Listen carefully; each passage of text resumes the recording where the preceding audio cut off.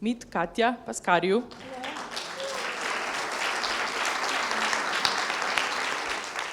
So we agreed that we would like to start a little bit with your background and what you do when you don't make films that win Golden Bears in Berlin. As I said, it was a one-time deal, so it's not my main occupation, unfortunately, or I don't know, fortunately. But yeah, it just happened.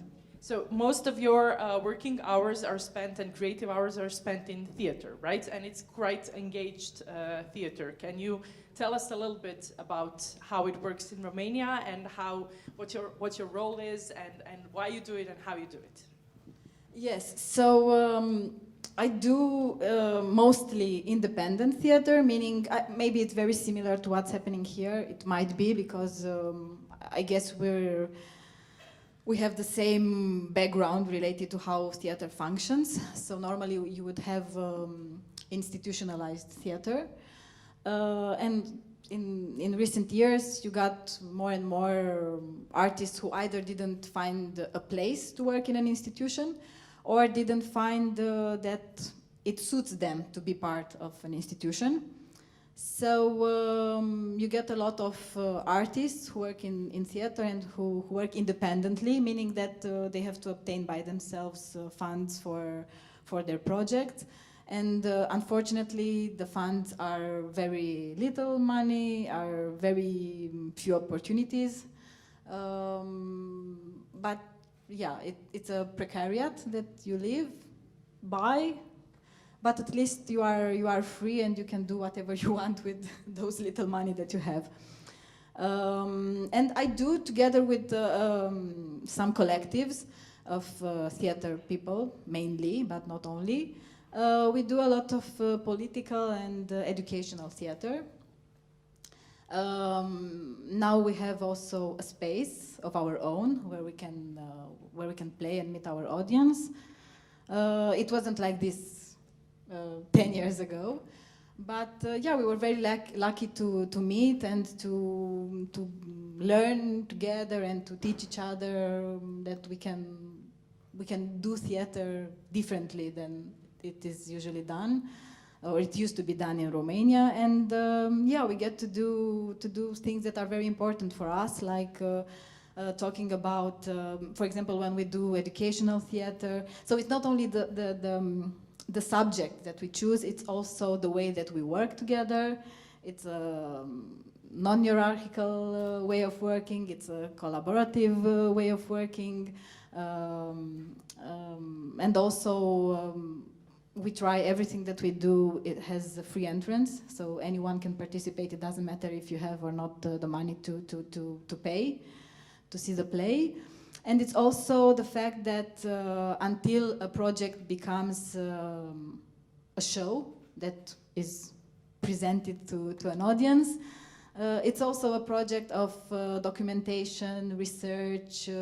Depending on the project, we either do interviews or we go to archives or we read a lot or I don't know, depending on the project, what we have to do.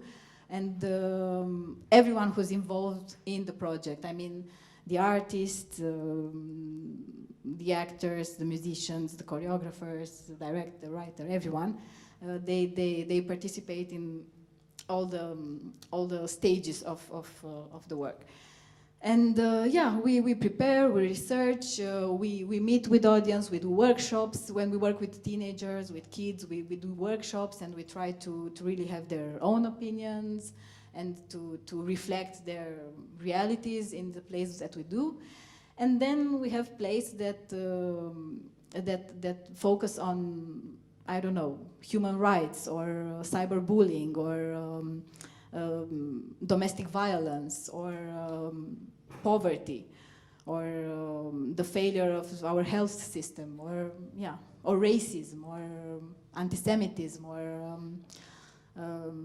usually the main narrative is that capitalism is horrible and that we should be able to find a way to escape it and to fight it and to not accept it. Yeah. And how does the audience accept this idea? Well, it depends. So we have our, like Radu's movies, we have our, how we call them the captive audience, that they already agree with us and they are happy that they can see a lot of the things that they think on a stage, and that doesn't happen very often. So they are very happy to be able to empathize and to share their ideas in a more artistic way. But we always try to get new people. I don't know if we are very good at this, because you need very important financial resources to promote yourself, and that we definitely lack. We lack time, but we also lack money for that. So it's difficult, but this is very important for us to disseminate a way of working, a way of doing art, a way of approaching culture. You know, when you say to people that art is politic and everything is politic, people say, oh, you're part of a party, you're a member of a party. And we say, no, this doesn't mean to be political. You are political, we are all political. And if you're not engaged, and if you're not accept, and if you not take it into your own hands to be able to decide for yourself and to be more informed, then someone else is doing this for you. And it's not okay. So yeah, we're trying to get to as many people as we can, but definitely theater is not as free to circulate as a movie is, for example. So it's a bit more complicated for us. But we try to, first of all, we tried to get out of the center. So our space is not based in the center of Bucharest. It's a bit more to the periphery. Then we are trying to get to rural areas, which doesn't happen very often with artistic projects. So we're trying to go into schools, and like 10 years ago it was very difficult for us to get into a high school and to talk about sexual education, for example.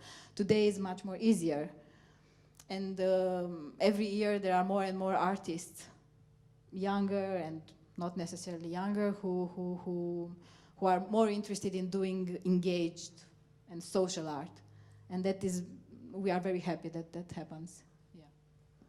So it's not weird concerning the social and engaged art, but how do you transfer and how do you enter a film project like Radu's from the stage work that you do? How did you enter that project? How did you get into that? Well, I just told him that I'm not experienced in movies, but I think he knew. I told him that I'm very happy to do everything that it is written in the script, but he has to guide me. And he said, don't worry, film is just bad theater. And I said, okay, if you're fine with it, I'm fine with it, let's do it. And yeah, actually Radu is one of the few film directors in Romania who actually go and see theater, and he sees theater, he enjoys it.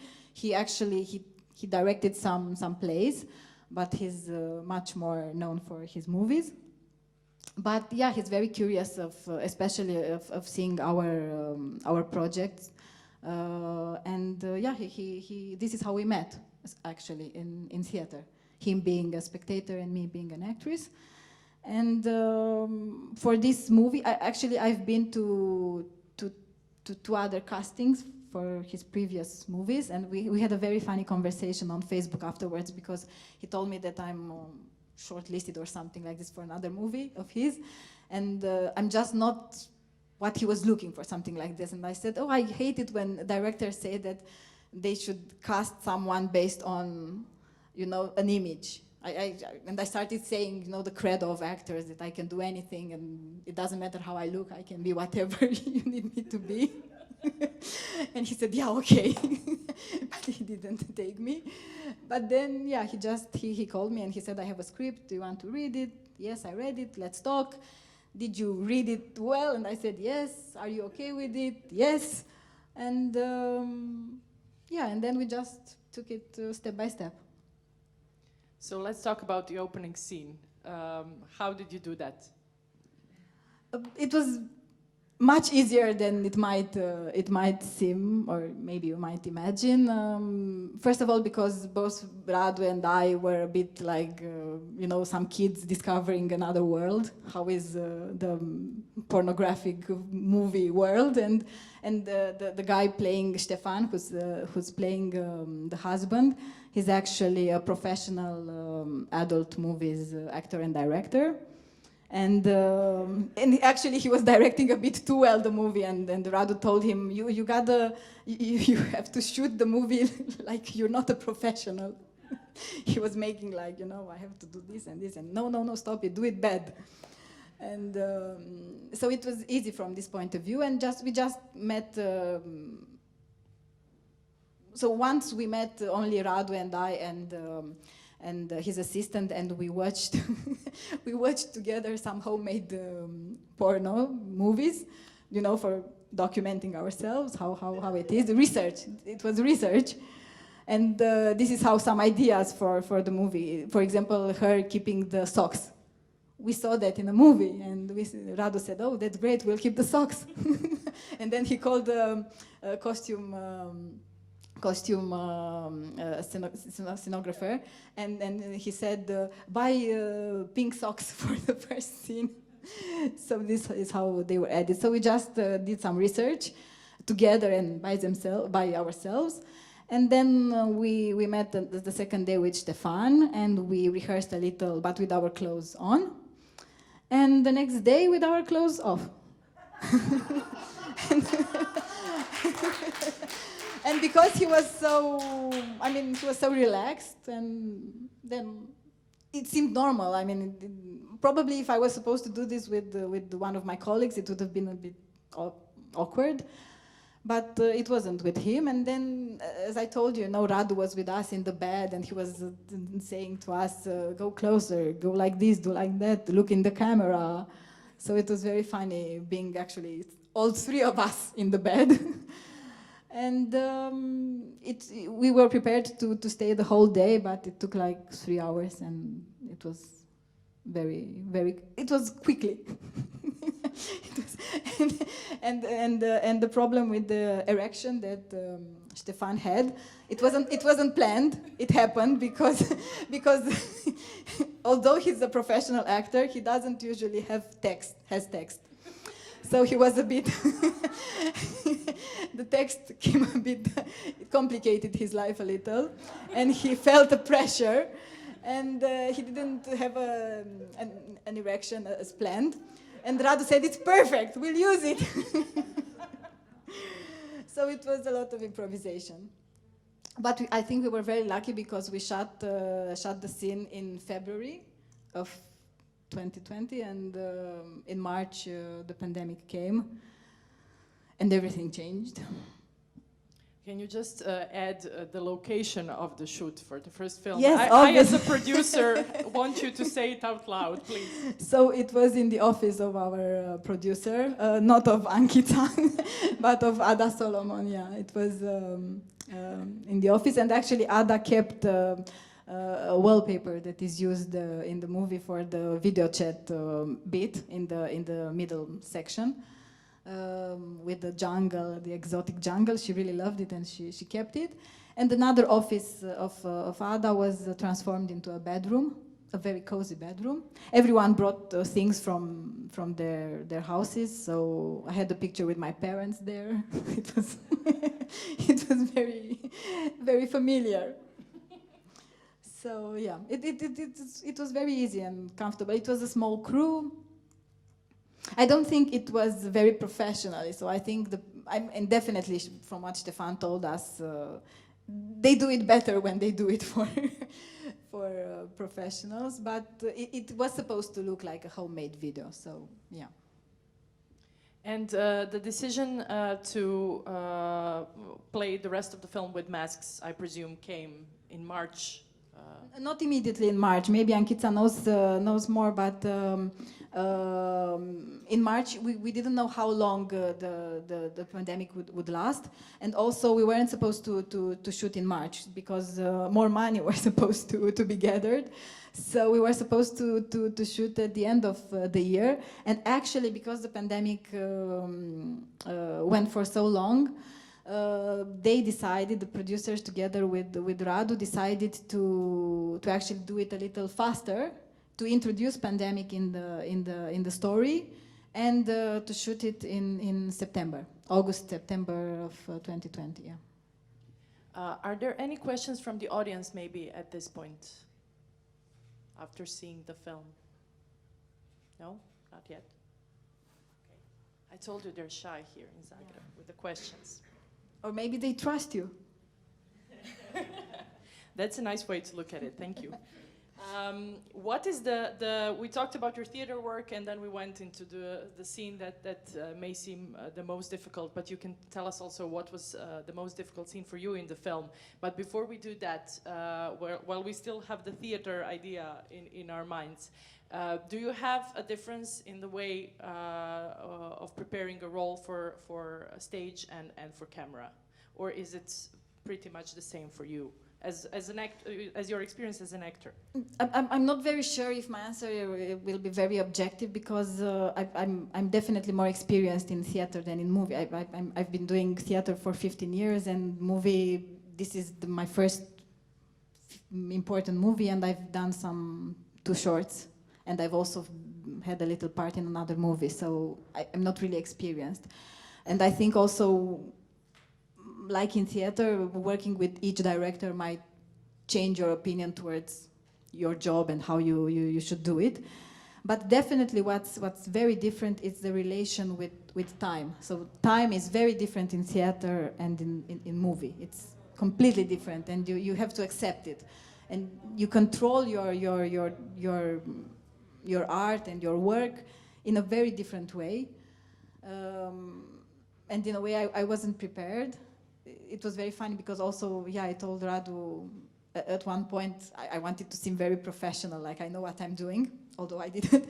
And I told him, where should I look? Where should I stay? Are you going to make some, signs? And he said, no, you just do it and I will tell you if it's... You don't have to think of the camera. You just do it and the camera will take care of itself. So don't worry about it. But I don't know if all the film directors work in the same way. But the relation with the time is very different, because in theater you know that it's for the long run, and you have many chances and longer time to rehearse, and then longer time and more chances to discover new layers of a character. And it goes deeper and deeper in a very different way. In film, you get to use in a way other means that you have as an actress.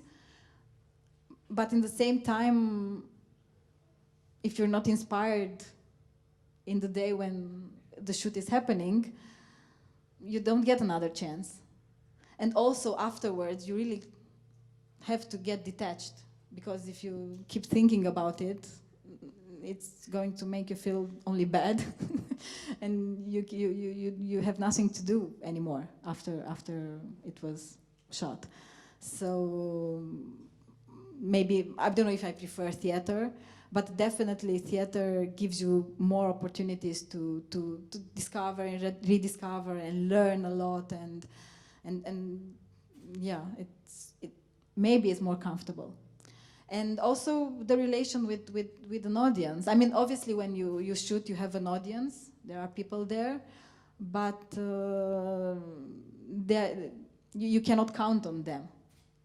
Whilst in theater, you really have a connection with the audience that really changes and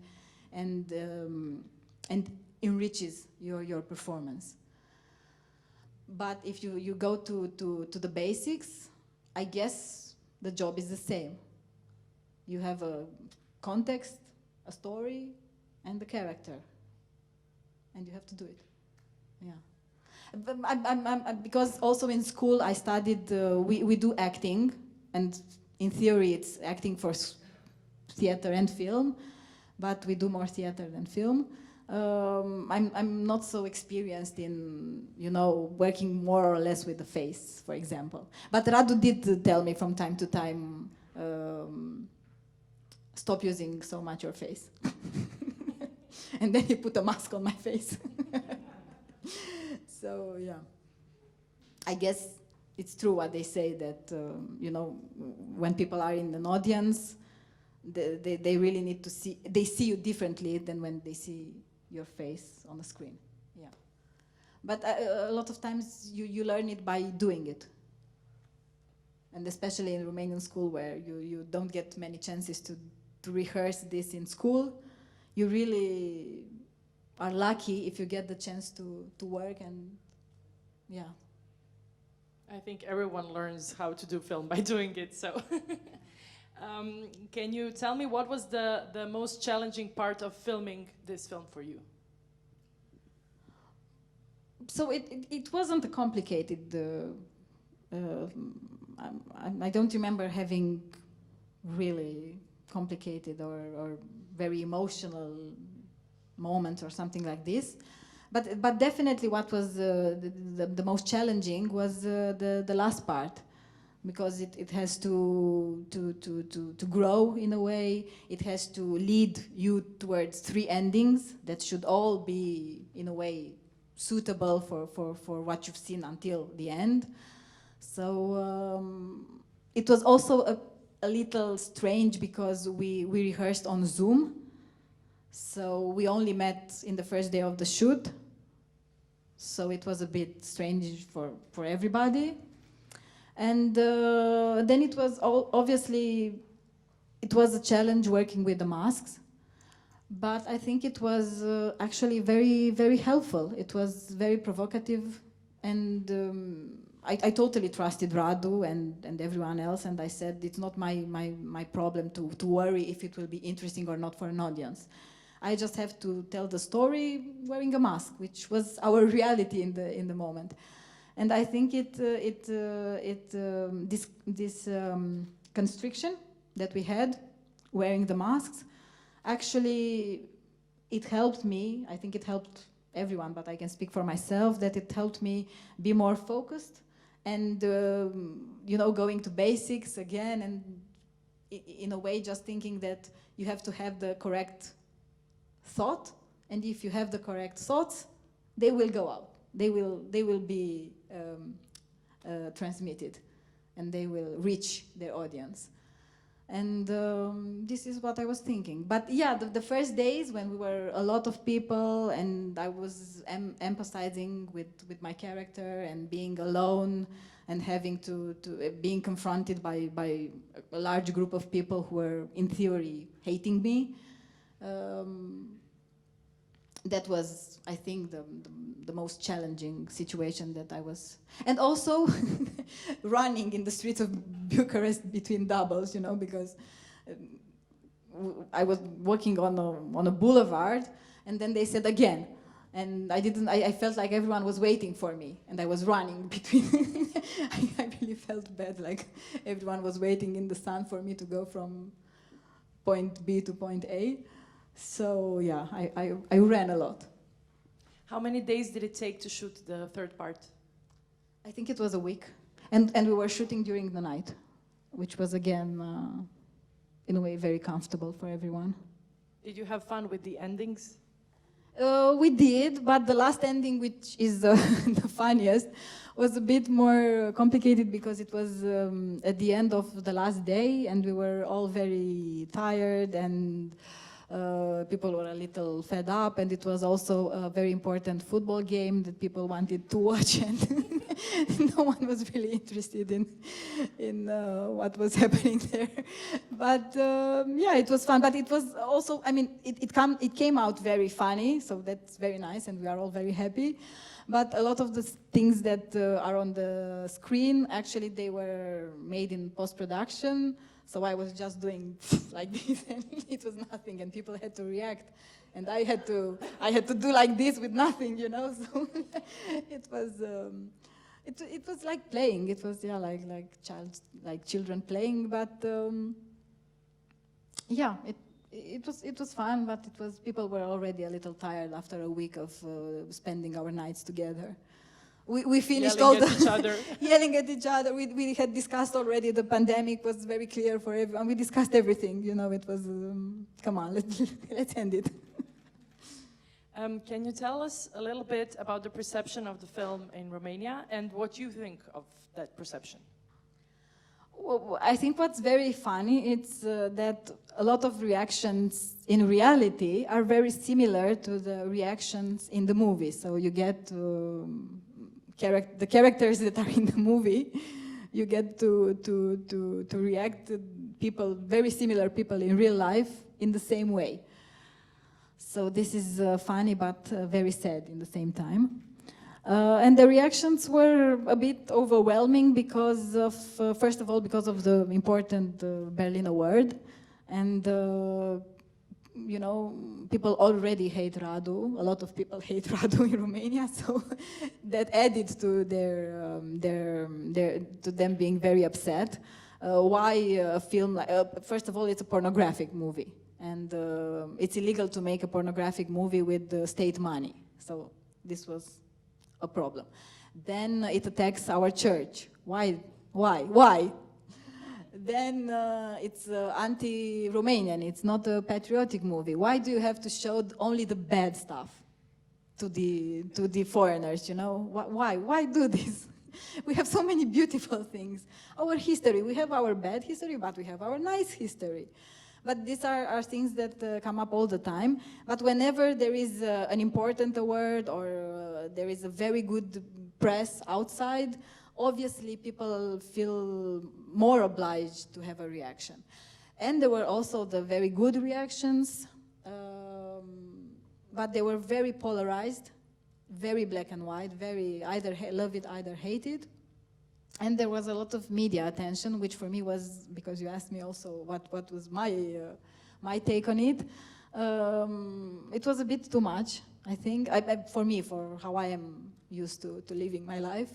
But I'm happy that we succeeded in turning the directions not towards awards or towards our lives, but towards the subject, and me being very interested in educational system and what's happening in Romania.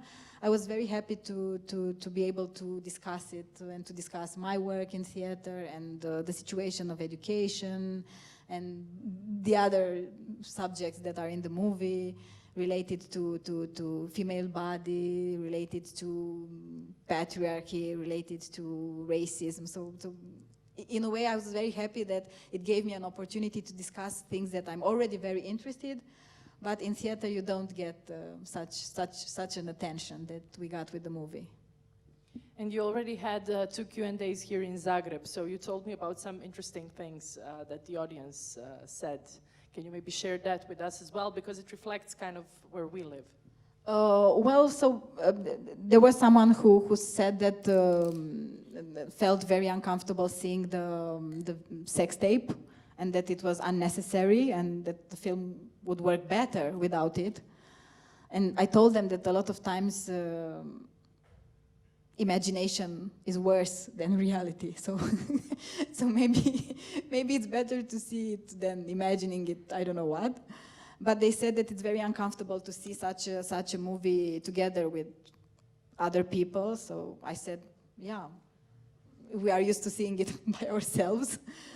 Also, yeah, that the movie would work better without seeing such images. And I think this is very interesting, because this is actually what the film talks about, that we don't want to see this kind of obscenity, but all the other kinds of obscenity are living free around us and among us, and they are part of our daily life, and we are so used to them, and they do affect us even if we don't acknowledge them.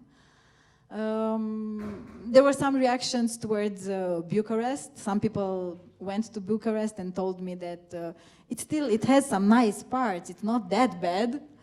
And I told them that it's Radu's opinion. It's nothing fake, so it's all reality. Obviously, it's not all Bucharest that it is like that. So you can find some more quiet places. We do have some parks, but the level of aggressiveness and the noise and the visual clutter, and it's a very tiring city. And definitely the fight between man and car, it's you know, every day when you walk out of your house, you have to be prepared for that, to fight for your little space to exist. It's a big city. So yeah, the reactions, and also what was very, very interesting for me, but now I'm used to it because many Croatians told me that, it's that the movie would be exactly the same if it would have been a Croatian movie. So it's like very similar society-wise. So that is very interesting because I'm not very familiarized with the Croatian society, and hearing that we are so similar, I feel, I don't know, I feel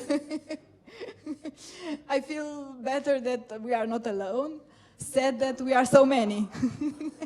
What can I say? Yeah, it's better to live in a shitty society together than alone. Regarding what you said now about the reactions, and we talked earlier when we were having coffee, how all of us who do film and theater and things of that sort live somewhere between feeling very often detached from the immediate society that we live in, and then in other parts we feel very much a part of it and connected, and a lot of our inspiration comes from juggling these two. So I wanted to see, you know, I would like you to tell us what elements of the society you live in and which you're very engaged with, because you do all of this with your audience and you go into schools and everything. Which are the elements which detach you from Bucharest or Romania, and which are the elements which keep you there and make you go forward and work on projects that are useful for that society? Maybe if I had another job or profession, it would have been another discussion, because I could have chosen to live somewhere else, but because my profession is so related to our language, I felt like I don't have a chance anywhere else. So this was at the beginning of my working life. Now I wouldn't leave Romania, because I feel that the stories that we can say in Romania, especially for Romanian audience, are very important for me, and they are part of me. So even if I leave, they are still part of me, so why leave? And also I feel that I can connect with people from outside Romania. I never felt, I'm very lucky in that way, I never felt that I'm restricted to existing only in Romanian culture and in Romanian society. And I feel that I am very connected to what's happening in the world. And in the same time, the most important narratives that I can contribute to are the Romanian ones, which obviously a lot of them are international.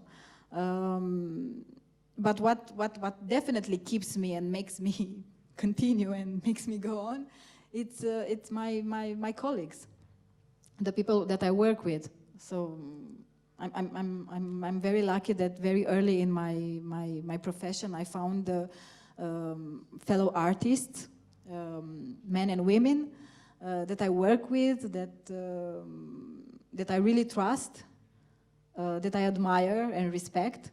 And I feel that our work is very valuable and important, and I would never leave that. I would never quit that.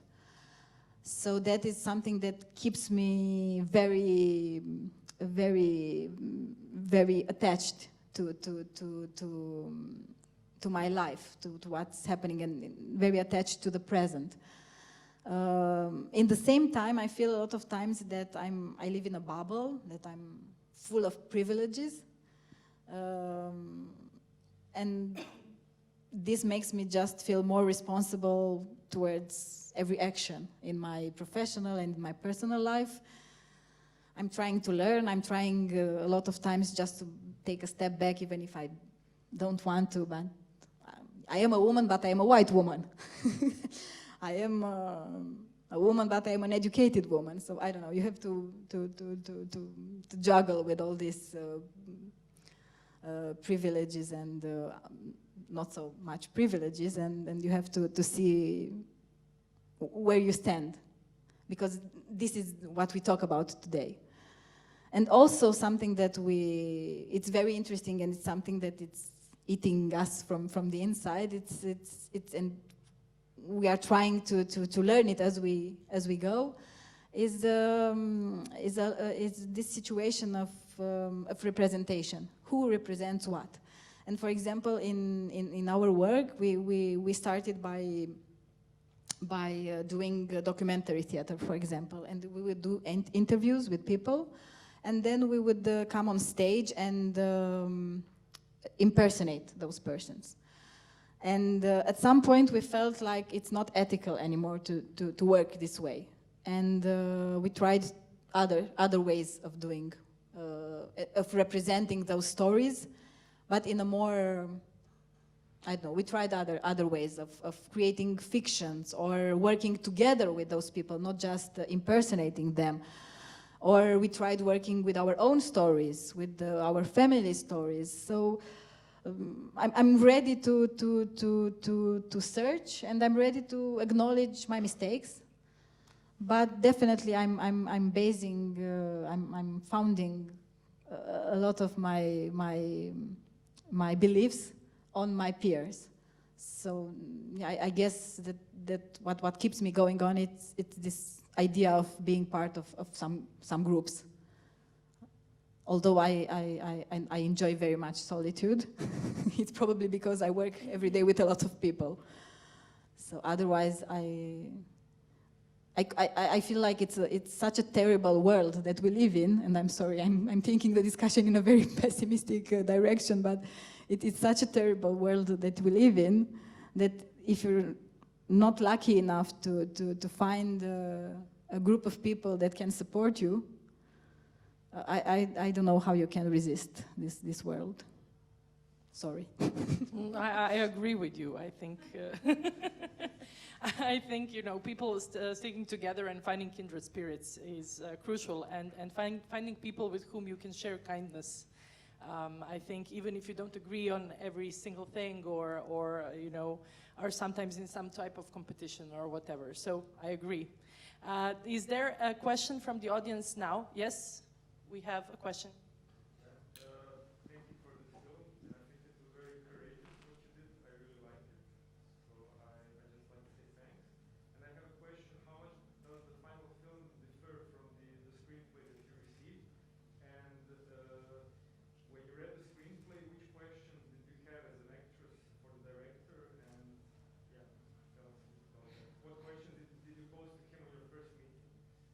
So the question was, just to repeat if not everyone heard, was how much does the final film differ, if or not, from the initial script? And what was the first question, or the crucial question that you asked Radu as actress to director? I didn't have many questions for. He had the questions, and I just said yes. I think I was very curious towards how the penis would look, the penis at the end, because in the script it was a big penis. And it wasn't so big in the end. It was, and yeah, it was, but the script wasn't very different. Obviously, it didn't have the pandemic in it. Also, the order of the 3 chapters was different, and the sex scene wasn't at the beginning, and he decided later to put it in the beginning, and it was a bold decision, but I think a very good one. And then also in the middle part, the dictionary, He had many entries that he gathered in his recent years, and I think he made some changes with the dictionary. And also some of the things that are in the film are improvised or just happened on set, so we were lucky that way. And the last scene was a bit longer, and he cut some parts out of it, but it's very similar to what I read. I know that he had some other drafts. Maybe Ankita saw the previous drafts, but what I read is very similar to what you saw. Yeah, and I didn't have many questions for him. I mean, not at the beginning, not when I read not when I read the script. No. Well, you asked where are your marks on the floor. Yes, but that a bit later, and there were no marks. I had the whole space to myself. Any other questions? Yeah.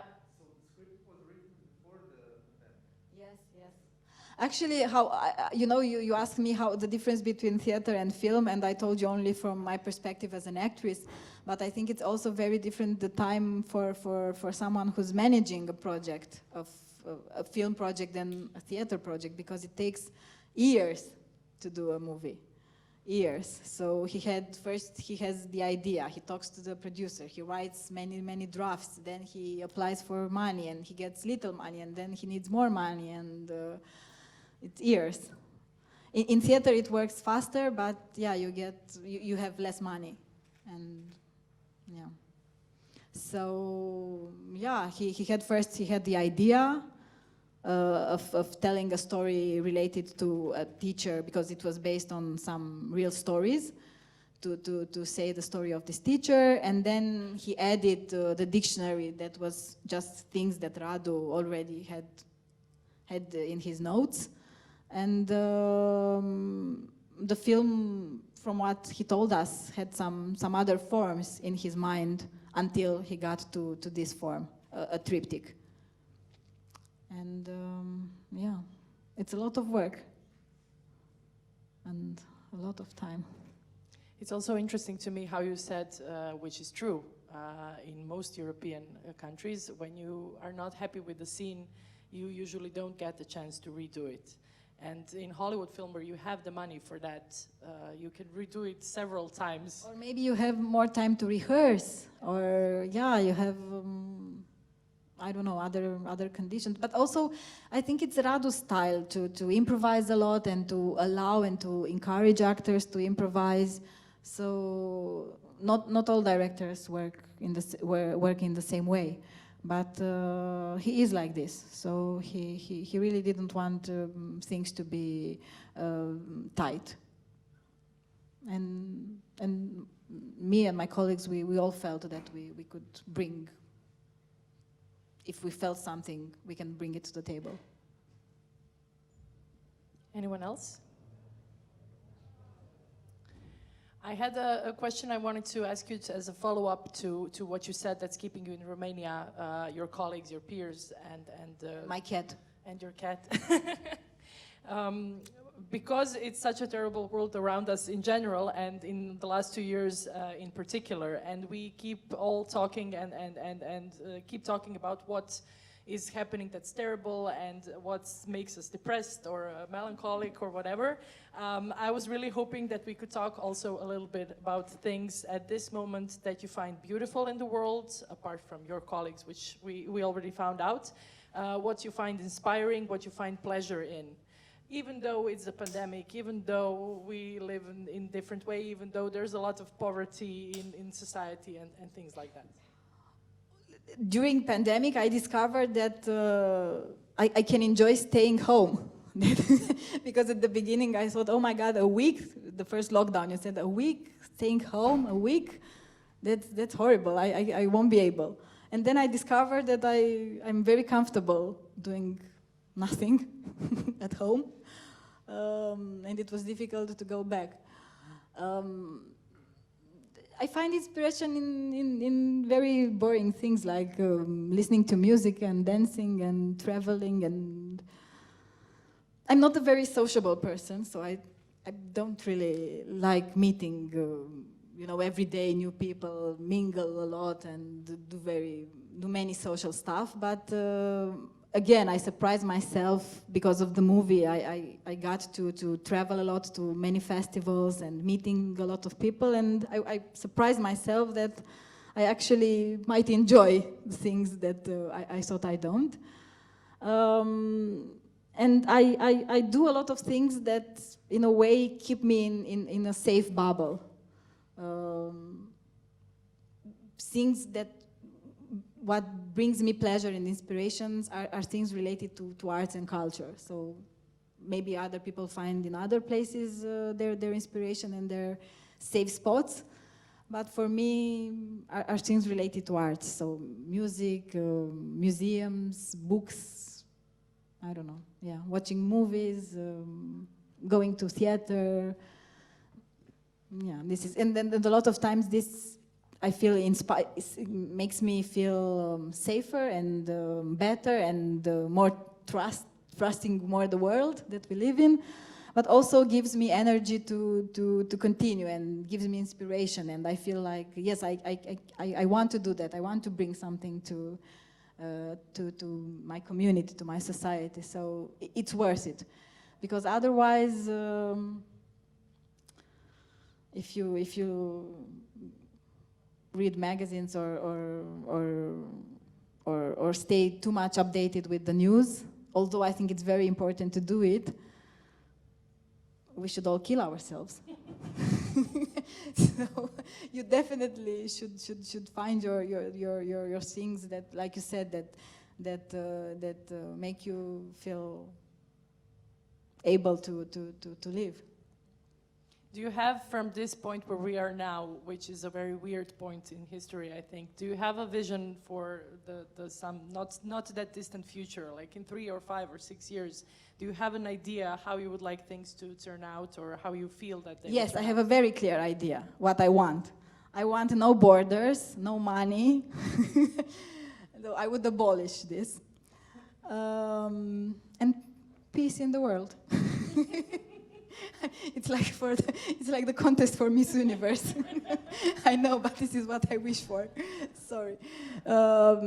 It's funny because I don't know how you experienced pandemic, but at the beginning of the pandemic, I felt that people start to be more relaxed and start being more attentive to each other in a way, because of, we are all vulnerable, we are all fragilized by the pandemic.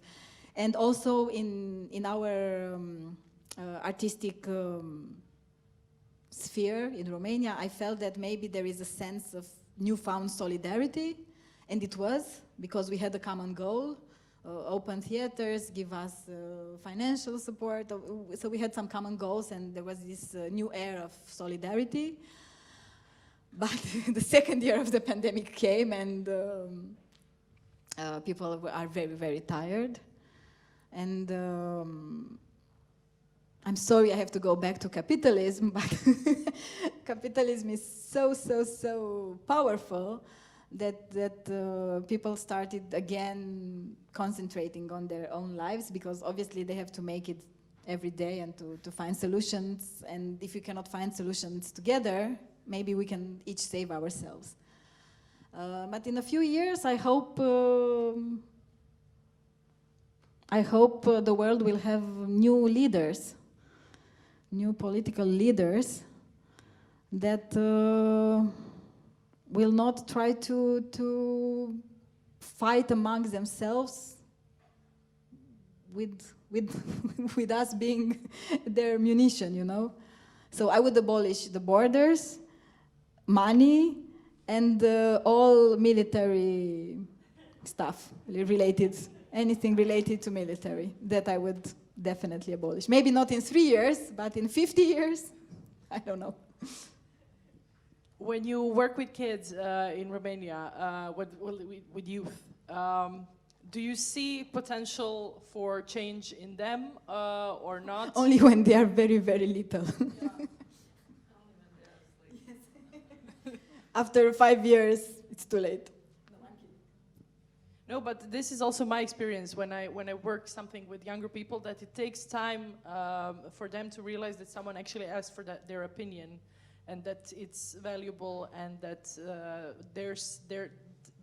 them doing or saying something in the world actually has value. Yes, I definitely feel that a lot of time working with teenagers, it's very helpful because they can educate their parents, their family, the elders. So a lot of times it's a good way of educating the society through the youth. What I feel from the younger generation is that they are definitely more knowledgeable politically wise, and they are very socially involved and engaged. Unfortunately, what I also feel is that they are totally lost, and they feel that the society failed them, and they really have no goals. Or if they do, they feel that those goals are unreachable. So I feel very responsible in that way, that I as an adult and we as adults, what can we offer them except, you know, a discourse, a very nice discourse. And I was, for example, we did a workshop with some teenagers a few weeks ago, and the theme was based on a real story. We asked them to discuss the subject of what does it mean to be a hero, and who is your hero.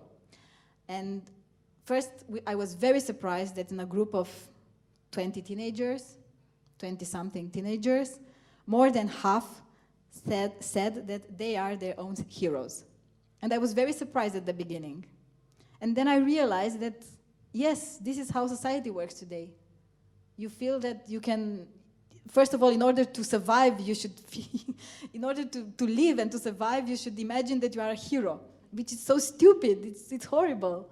And then the fact that they said that they are heroes because they don't know anyone as powerful as themselves who could survive a situation like, you know, they talk about mental issues, and they didn't have really big issues because we discussed them. And yeah, I understand that it's a very different world that I lived in as a young girl. And it makes me feel, a lot of times I'm very proud that they talk about sexuality and politics and future and ecology, you know, like I never did when I was at their age. But in the same time, they really feel the pressure of the world in a way that I never did. And a lot of times you are just in awe, you know, you don't know what to do with that. And I'm just very lucky that I'm an artist and I can, you know, run and live in a fiction, which a lot of people don't get to do. Is there a huge difference between if you both see kids in Bucharest and in rural areas? Is there a difference in how they're set up? It's sometimes a difference in how you approach them, because it's very unfair to go to people who, kids or not kids, who don't have food or who don't have access to electricity or something like this, or you know, and to talk to them about what do you want to be when you will grow up.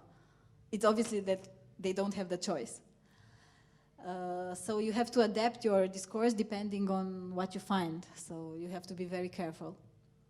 Yeah, and unfortunately in Romania, yeah, the difference is, and not only between rural and urban areas, but between rich and poor. They are huge. It's a huge gap. And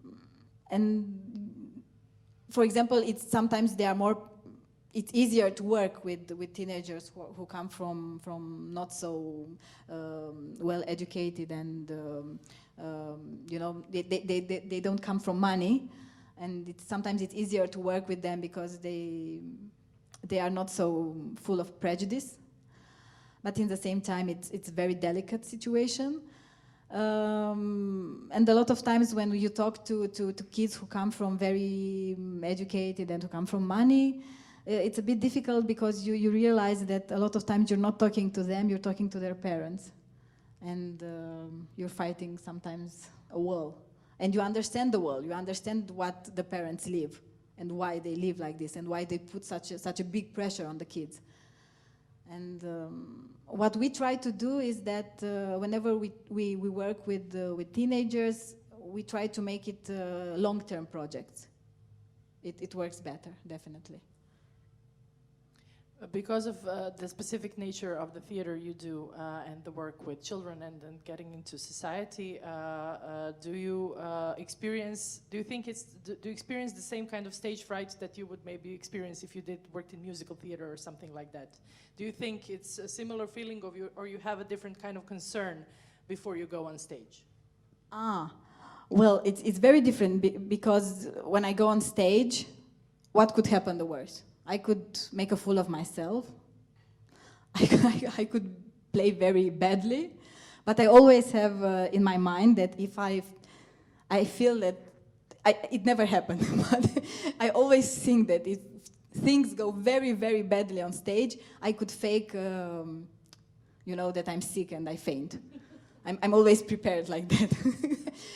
I never had to do it, but I always think that I have this in my pocket. And also, I think that if I play badly, what happens? It's not like I'm a doctor and someone will die. Someone will be bored, someone will leave, someone will say stupid show, and I don't know, they will hate me or something like this. But when you do social intervention, when you talk to people, when you are provoking their emotions, you have to be very careful, and it's a big responsibility, and you have to work. This is why I said that we are, most of us, artists, but we try to work together with people that come from other domains like psychology, children psychology, history, I don't know, journalism, whatever it's needed in the project. So we really try to be very attentive and very careful when we talk to teenagers and to people, and you provoke emotions, and you have to be very careful what you do afterwards with it, because you leave and you don't know what happened with the person in front of you. Thank you so much for this wonderful... I'm sorry, I think it was very sad, and you told me that you wanted to be fun. It wasn't. I heard people laughing. Was it sad? I'm sorry. I thought it was a lovely conversation. I will just complete it with a typical wrap-up question that we always have, and that is, what are you doing next? Well, I'm going back to theater. As you said at the beginning, I'm not making every day winning movies, not even movies. So I don't get many chances to work in film industry. So I'm going back to theater. We have a lot of plans. I work in Bucharest mainly, but now I'm part of an international project in France. Actually, it's a bilingual project, Romanian-France, a collaboration.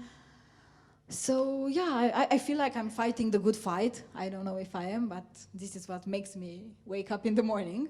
And I'm very happy to finish my trip here in Zagreb.